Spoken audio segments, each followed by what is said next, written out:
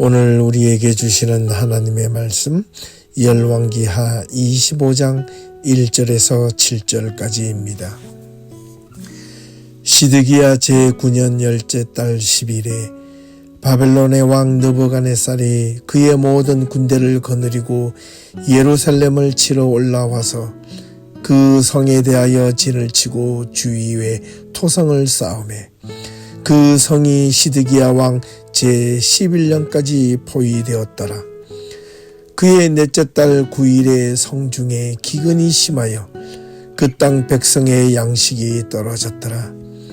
그 성벽이 파괴됨에 모든 군사가 밤중에 두 성벽 사이 왕의 동산 견문길로 도망하여 갈대아인들이 그 성읍을 에워쌌으므로 그가 아라바 길로 가더니 갈대아 군대가 그 왕을 뒤쫓아가서 여리고 평지에서 그를 따라잡으매 왕의 모든 군대가 그를 떠나 흩어진지라. 그들이 왕을 사로잡아 그를 림나에 있는 바벨론 왕에게로 끌고 가매 그들이 그를 신문하니라. 그들이 시드기야의 아들들을 그의 눈앞에서 죽이고 시드기야의 두 눈을 빼고 놋사슬로 그를 경을박하여 바벨론으로 끌고 갔더라. 아멘. 안녕하십니까? 박세종 목사입니다.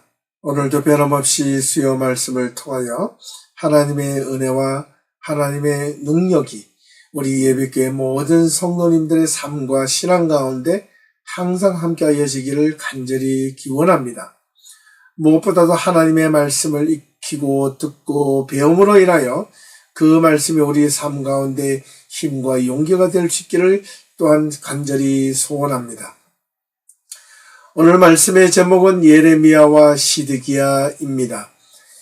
이 시드기야 왕은 남유다 제20대 마지막 왕으로 나라를 11년간 다스렸습니다.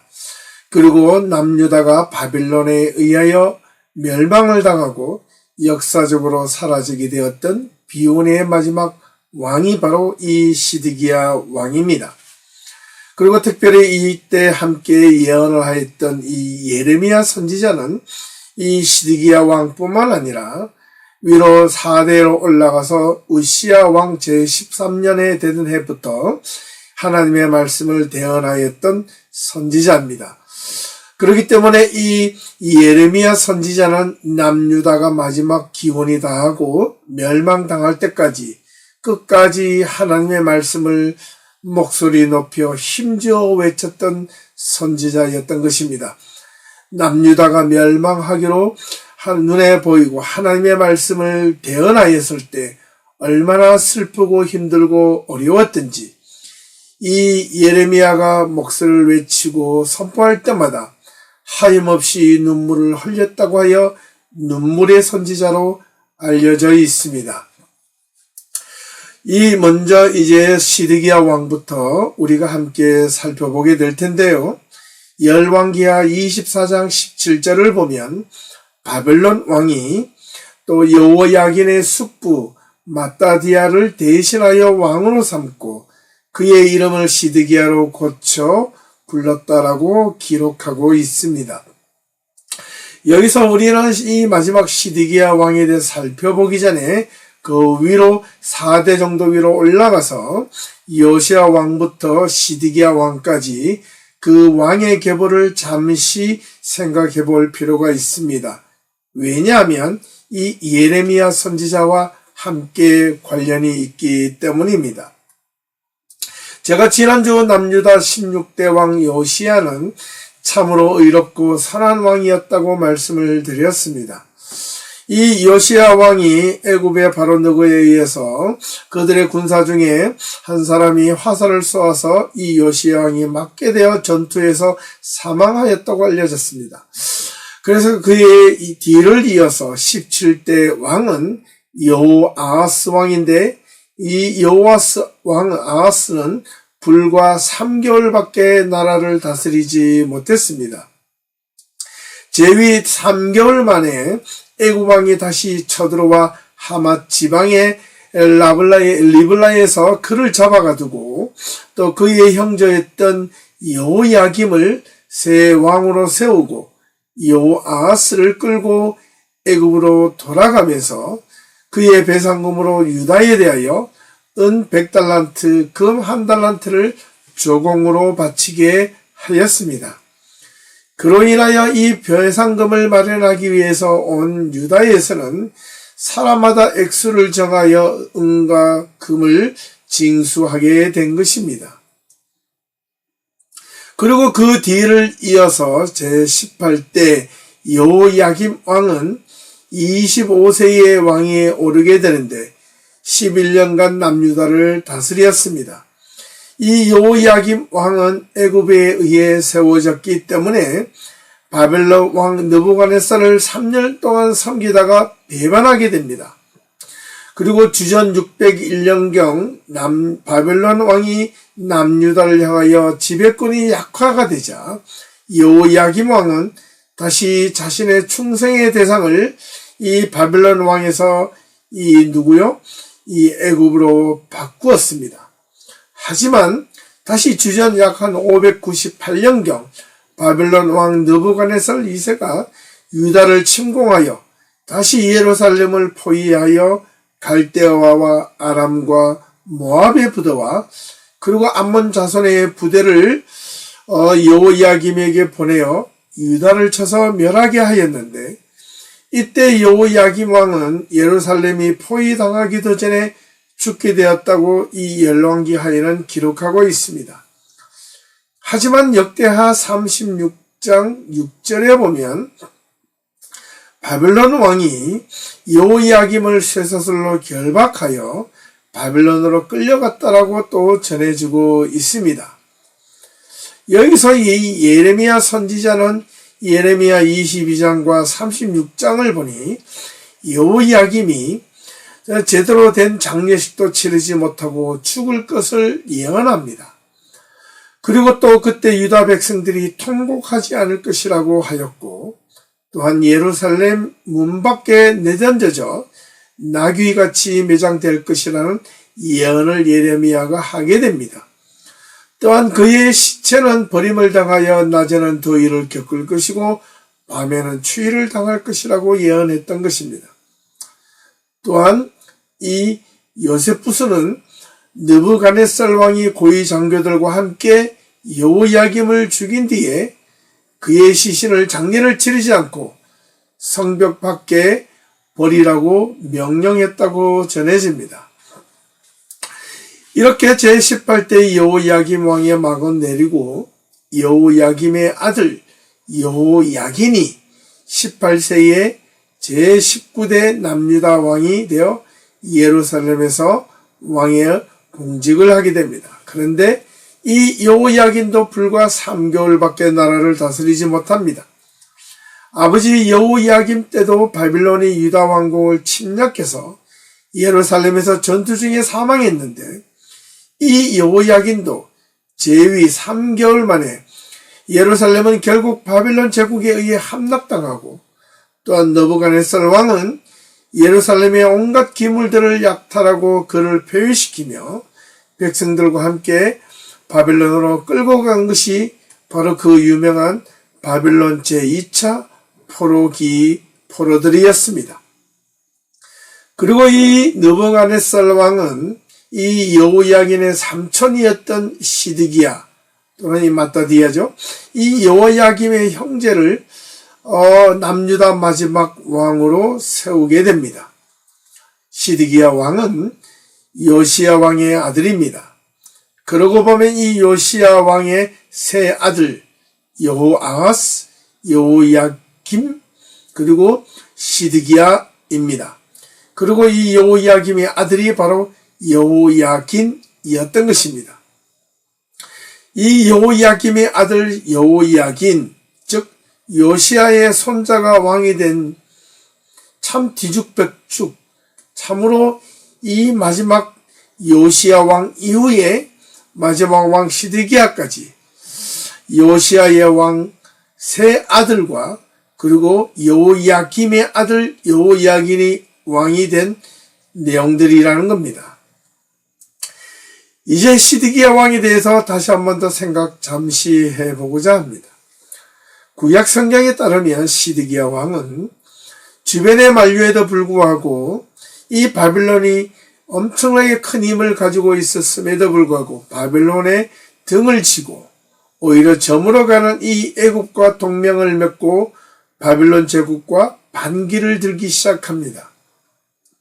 이 시드기야 왕이 바빌론에 의해서 그의 조카 여호야긴이 폐위가 되고 죽게 되었고 또 바빌론으로 끌려갔는데 이에 대한 앙심이 있었는지 이 시드기야 왕은 바빌론에 대하여 적대감을 내가지고 애굽과 동맹하여 바빌론 제국과 대항하려 했다는 것입니다. 왜냐하면 이 시드기야 왕은 어쩌면 이 바빌론 왕의 왕국에 대하여 불만을 가질 수밖에 없지 않았을까라는 생각을 해보지만 이 남유다는 당시 바빌론 제국과는 비교할 수 없을 정도로 힘이 없었기 때문에 감히 엄두도 내지 못하던 차에 애굽과 동맹하여 바빌론과 대항하려 했다는 것입니다. 이 바빌론 왕이 남유다를 지난 17대 왕부터 19대 왕까지 끊임없이 이 남유다를 쳐들어와서 지속적으로 괴롭혔기 때문이기도 할 것입니다. 하지만 힘이 없었던 이 남유다는 바빌론의 침략에 속수무책으로 그저 당할 수밖에 없었습니다. 시드기야 왕은 이전 바빌론의 행태에 불만을 품고 비록 바빌론 자국보다 힘이 조금 없었지만 그래도 여전히 애굽은 자신보다 나름 힘이 있었기 때문에 바빌론을 던지고 함께 힘을 합쳐 싸우면 아마 이길 수 있지 않을까 착각을 했는지도 모릅니다. 그러나 이러한 책략은 그만 나라의 운명을 결정짓는 최악의 악수를 그만두고 말았던 것입니다. 이것이 이 시드기야의 가장 악수 중에 최악수였고 그가 나머지 이 남유다가 멸망하게 되는 그런 비운을 안게 되었던 마지막 이 남유다 왕이었던 것입니다. 그로 인하여 이 느부갓네살 왕은 자신의 바빌론 제국에 반기를 든 것을 알고 다시 남유다를 침공하여 주전 586년 또는 7년경 이 느부갓네살 왕이 예루살렘을 둘러싸고 전투를 하게 됩니다. 그리하여 이 예루살렘 성이 무너지게 됩니다. 시드기야는 예루살렘 성이 무너지는 것을 보고 여리고로 평야로 도망갔다가 여리고 평야에서 잡혀서 림나에 있는 이 느부갓네살 왕까지 잡혀옵니다.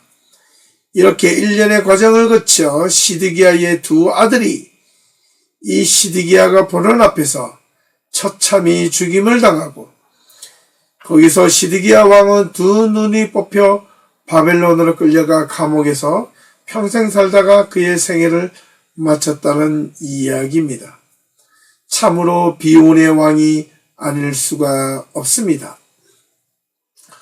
그리고 이후 예루살렘은 느부갓네살 왕에 의하여 철저히 파괴되고 짓밟히고 잿더미가 되었고 여러 소수의 불필요한 사람들 외에는 많은 국민들이 바벨론으로 마지막 3차 포로로 끌려가게 되어 남유다는 완전히 멸망을 당하게 되었습니다. 이때 예루살렘 성전도 철저하게 파괴가 되었습니다. 그러고 보니 남유다 제16대 요시야 왕부터 시작하였고 이 20대 왕까지 이 마지막 남유다의 운명은 그야말로 처참했고 힘들고 어려울 수밖에 없었다는 것을 우리는 이 내용을 통하여 알 수 있습니다. 남유다 제16대 왕 요시야 왕은 애굽에 의해서 살해되었고 17대 여호아스 역시 애굽 왕에게 끌려가 죽임을 당했으며 18대 왕 여호야김은 바빌론에 끌려가 죽임을 당했고 19대 여호야긴 역시 바빌론에 끌려가서 살아갈 수밖에 없었고 마지막 20대 시드기야 왕은 두 눈이 뽑혀 바빌론으로 끌려가 그곳에서 자신의 마지막 생애를 마칠 수밖에 없었다는 것을 우리는 오늘 내용을 통하여 함께 살펴볼 수 있습니다. 참으로 이 남유다의 운명은 참으로 기구만장한 운명이 아닐 수가 없습니다. 그렇게 남유다가 마지막 시기는 그야말로 애굽과 바벨론에 의해 온갖 침략과 짓밟힘을 당하다가 나라가 망하는 비극을 경험하게 된 것입니다. 이때 이 남유다가 멸망당하는 모습을 보고 끝까지 하나님의 말씀을 선포하고 외쳤던 자가 누구였느냐? 바로 예레미야 선지자였다는 겁니다. 이 예레미야 선지자가 하나님의 말씀을 들고 선포하였을 때 왜 이토록 요시야 왕 이후 마지막 시드기야 왕까지 이 예레미야의 이 예언의 선포를 듣지 않았을까? 이 예레미야 선지자의 이 배경과 더불어서 이 왕들을 연결하여 설명을 한 번 더 드려야 하겠습니다. 예레미야 선지자는 이 요시야 왕시 말기 시대의 활동을 시작하여 여호아하스, 여호야긴, 그리고 마지막 시드기야 왕 때까지 계속해서 이어져 하나님의 말씀을 선포하였습니다. 예레미야 선지자는 출신은 아나돗에 살던 제사장 가문 hil기야의 아들로 성경은 예레미야 1장에 기록하고 있습니다. 이 예레미야 선지자가 예루살렘 성문에서 예루살렘 성으로 들어가지도 못하고 성문 밖에서 남유다의 멸망을 바라보며 이렇게 하나님의 말씀을 대언하며 목 놓아 부르짖었건만 당시 예루살렘 성 안에 있던 모든 정치, 종교 지도자들 뿐만 아니라 예루살렘 성 안에 있는 모든 백성들조차도 눈 하나 깜빡하지 않고 예레미야의 이야기를 귀뚱으로도 듣지 않았습니다. 그리고 오히려 그들의 자신들의 생각과 자신의 마음대로 진행하다가 그만 남유다가 멸망의 길로 들어선 것입니다. 예레미야가 이 예언의 활동을 시작한 지가 약 한 40여 년 정도 되는데요.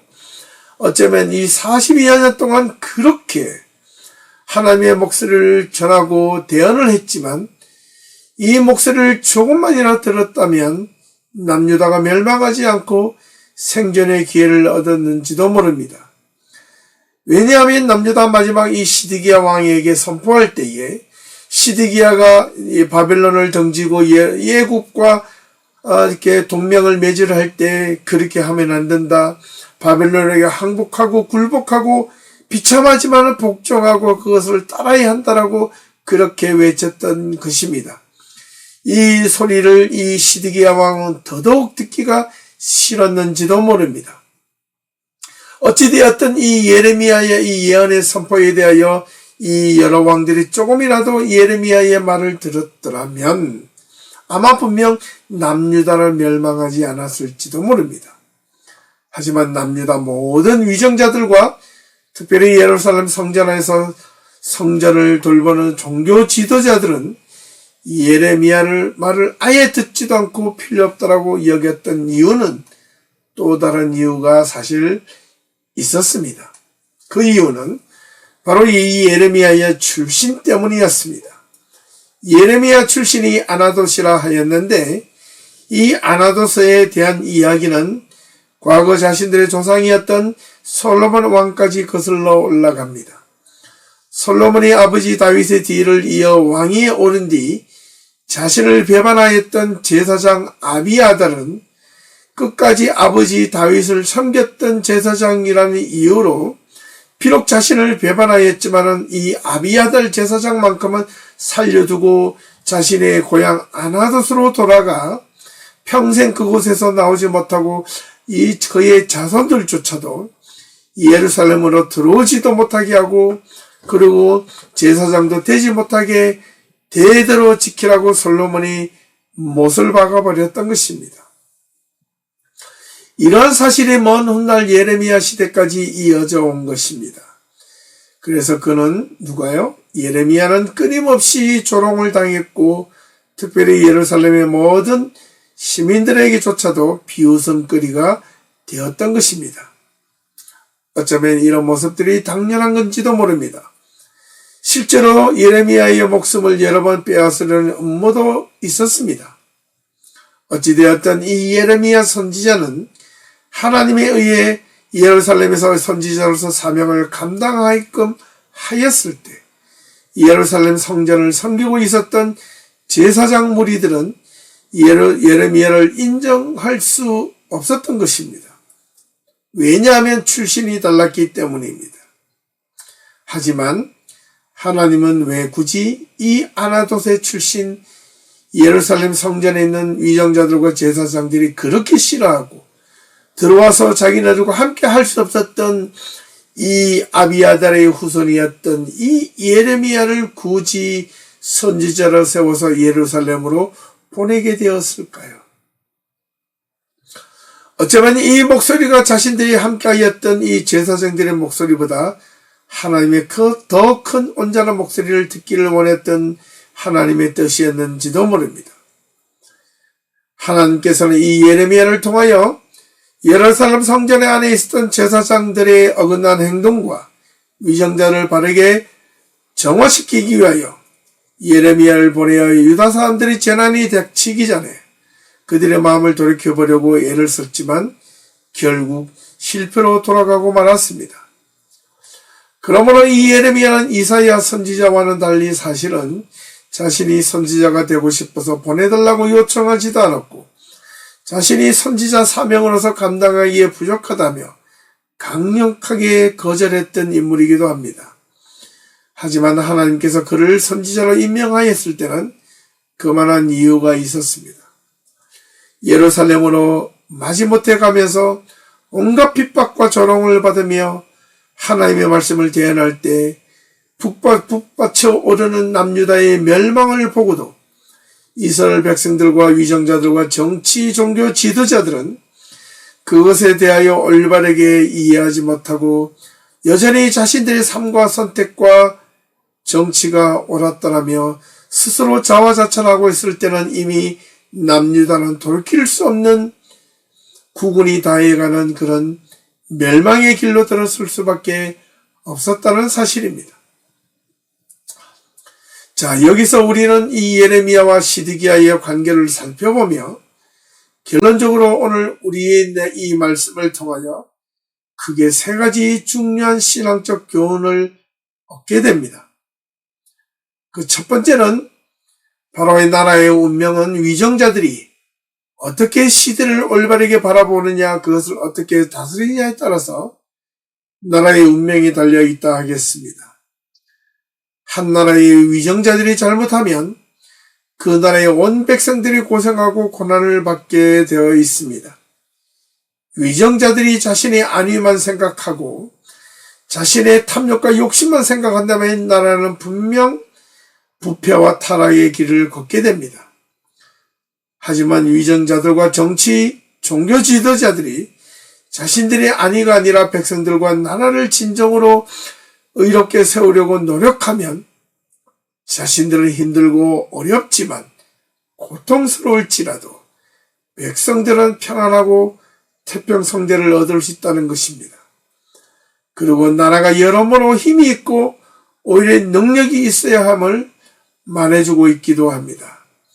나라가 힘이 없고 언제나 가난하고 그렇게 온전하게 자기 자신조차 지킬 수 없는 그런 나약한 국가라면 그 나라는 금방 주변의 정세의 강대국에 의해 그만 쉽게 먹히고 쉽게 지배받고 약탈당할 수밖에 없을 것이라는 겁니다. 그래서 나라에게는 온전하게 두 가지의 힘이 필요합니다. 우리가 먼저 믿는 하나님을 향한 신앙의 힘이 필요하고 두 번째는 그것을 신앙의 힘을 통하여 나라를 스스로 자력으로 이길 수 있는, 지킬 수 있는 힘도 필요하다는 것을 말해주고 있습니다. 두 번째는 위정자들의 신앙의 모습입니다. 당시 이 남유다는 끝까지 하나님을 섬기고 있었지만은 하나님을 배반하기도 하였고 우상을 섬겼던 자들이었습니다. 자신이 처지를 올바르게 하지 못할 때 신앙의 힘을 도움받고 자신들의 정치적 선택과 국제 정세들을 올바르게 판단하기 위해서는 무엇보다도 하나님의 말씀을 올바르게 알고 그 말씀을 입각하여 주변의 정세들을 살피고 자신들이 무엇을 잘못하고 있는지 올바르게 가고 있는지 분별할 수 있는 힘을 말씀을 통하여 얻었어야 했는데 그러질 못했다는 사실입니다. 한 나라의 왕에게 충신이 모여들면 그 나라를 온전히 바르게 세울 수 있지만 간신히 모여들면 나라는 반드시 부패하고 타락할 수밖에 없고 왕의 귀와 눈과 입을 멀게 만들 수밖에 없고 타락시킬 수밖에 없고 잘못 나라를 다스릴 수밖에 없게끔 만들어질 수밖에 없었다는 것입니다. 이 놀랍게도 요시야 왕 아닌 그 뒤에 이 요아스, 여호야김, 시드기야 왕 이 네 명의 왕은 분명 이 요시야 왕의 아들이고 손자인데 요시야 왕 아버지가 어떻게 나라를 다스리는지 알았을 터인데 왜 이들은 또다시 우상을 섬기고 하나님을 등지는 이런 어리석은 짓을 또 저지르게 되었을까요? 안타까움이 있다면 요시야 왕이 자식들을 어쩌면 잘못 키웠는지도 모릅니다. 단 한 명도 하나님 앞에 올바르게 선자가 없었고 믿음의 중심도 없었으며 올바른 종교 지도자들이 있었다고 어디에도 기록하고 있지 않습니다. 참으로 중요합니다. 마지막 세 번째, 예레미야와 같은 올바른 제대로 된 선지자가 나타나 바른 말을 하였을 때 그 말을 들었어야 했습니다. 하지만 출신 성분이 다르다고 하여 자신들과 함께 하지 않았다는 이유로 예레미야 예언은 헛소리로 들려졌고 그 말은 곧 기우가 아니라 사실이 되어 남유다가 멸망당하는 가장 불운한 결과를 초래해 했다는 사실입니다. 이는 분명 아무리 바른 말을 하는 자가 있을지라도 그 말을 듣지 않으면 아무런 소용이 없다는 것을 알려주고 있습니다. 우리는 나이가 들어갈수록 바른 말 듣고 고든 말을 듣기를 별로 좋아하지 않습니다.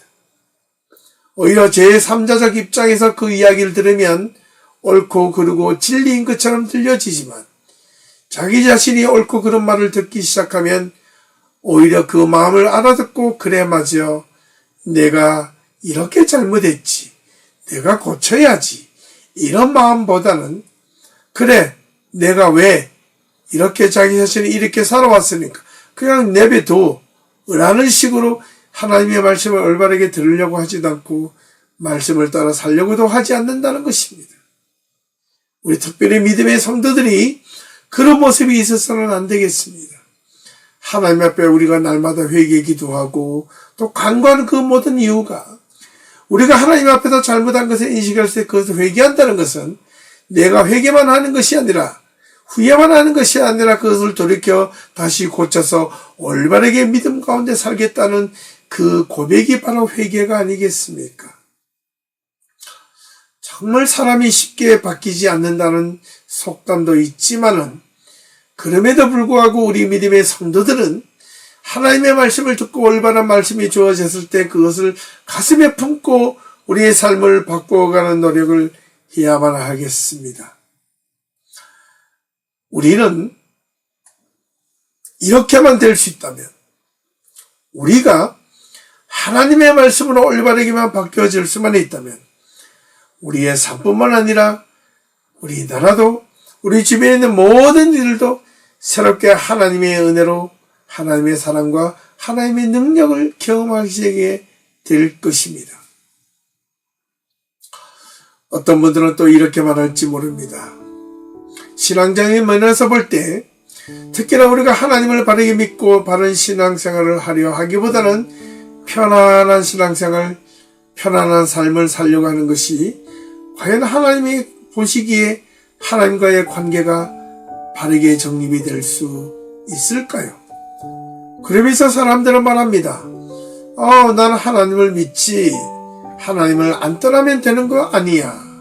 하나님을 안 떠난 사람도 잘 아십시오. 잘못되었던 자들이 얼마나 성경에는 많이 기록되어 있습니까? 성경은 하나님을 떠나지 않는다고 신앙생활을 올바르게 산다는 거 그렇게 말하고 있지 않습니다. 올바른 신앙생활을 하려면 하나님의 말씀을 얼마나 제대로 바르게 지켰느냐 지키지 않았느냐, 하나님의 뜻 가운데 살았냐 살지 못했느냐를 하나님이 판단하신다는 것을 분명히 알 수만 있다면 우리는 우리의 삶이 분명 달라질 것입니다. 사랑하는 우리 예비교회 성도 여러분, 오늘 마지막 이 세 가지의 이 신앙적 교훈 우리 가슴에 명심할 수 있으면 참 좋겠습니다. 첫 번째는 이 나라의 위정자들이 얼마나 하나님 앞에 올바르게 서느냐, 두 번째는 그들의 신앙의 자세입니다.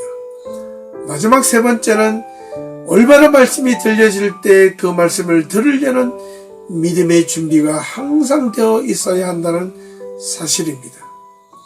우리 모든 예배 성도님들의 삶 가운데서도 우리 주님이 말씀하시고 우리의 삶을 사로잡고 힘이 되고 용기가 될 수 있는 그런 믿음의 삶이 제대로 사라지는, 그로 말미암아 우리가 성도들이 하루하루의 삶이 아무리 어렵고 힘든 삶이 우리 곁을 찾아온다 할지라도, 우리의 삶을 위협하고 힘들게 할지라도 그것이 우리가 정말로 하나님을 올바르게 섬기는 데 장애가 되지, 방해물이 되지 않고 걸림돌이 되지 않기를 간절히 주님의 이름으로 축원합니다. 예레미야와 시드기야, 비록 왕과 선지자였지만은 극과 극의 삶을 살았던 남유다의 마지막 인물이었습니다. 예레미야가 될 것인가 아니면 시드기야가 될 것인가, 그것은 여러분의 신앙의 선택에 달려있다고 감히 말씀드리고 싶습니다. 사랑하는 예비교회 성도 여러분, 우리가 한번 신앙생활을 하며 끝까지 하나님의 말씀을 따라 살기로 결단하였다면, 우리가 아무리 힘들고 어렵더라도 하나님의 말씀 우리가 끝까지 지키며 살아가는 성도들이 되었을 때 마지막에 하나님께서 우리를 그냥 두지 아니하시고 우리에게 복이 가장 좋은 방식으로 우리에게 은혜를 베풀어 주실 것입니다.